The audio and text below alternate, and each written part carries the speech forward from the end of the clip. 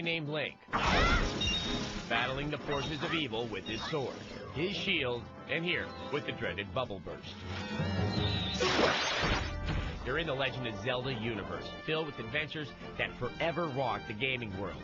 From the mind of this man, gaming legend Shigeru Miyamoto.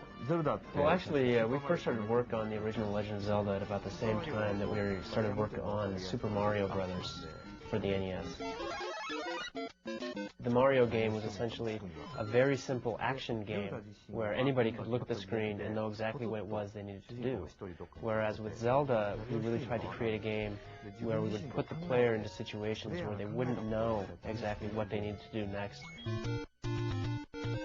It was the first time gamers actually had to use their noggin to get to a new goal, completing the game.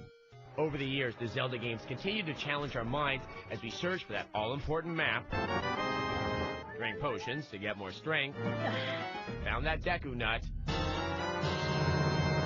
Oh, by the way, Acorn Boy there, that's Link with a mask on.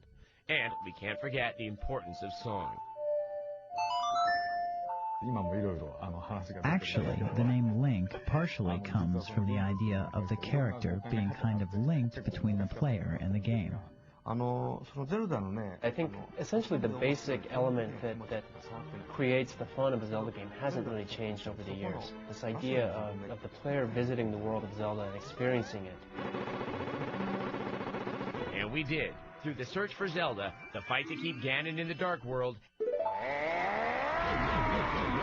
and stopping the moon from crashing into a parallel world in Majora's Mask. Link's adventures continue in The Wind Waker, one of the most highly anticipated games this year, and the first Zelda game for the GameCube. The most important element for you really is the wind, which is going to propel you across the ocean, and so finding ways to use the toon shading graphic style to express the fact that wind, which is something you can't see, is blowing around you all the time, was a big challenge. But it's the toon shading that has caused the most controversy. Some longtime fans of Zelda think Link's big bulging eyes and new shape make him look like a Saturday morning cartoon. And we found both in Japan and here in the United States and around the world that once people have actually been able to pick up and play the game, they've completely forgotten about the graphics. Well, I know I'm not forgetting anything about this game anytime soon.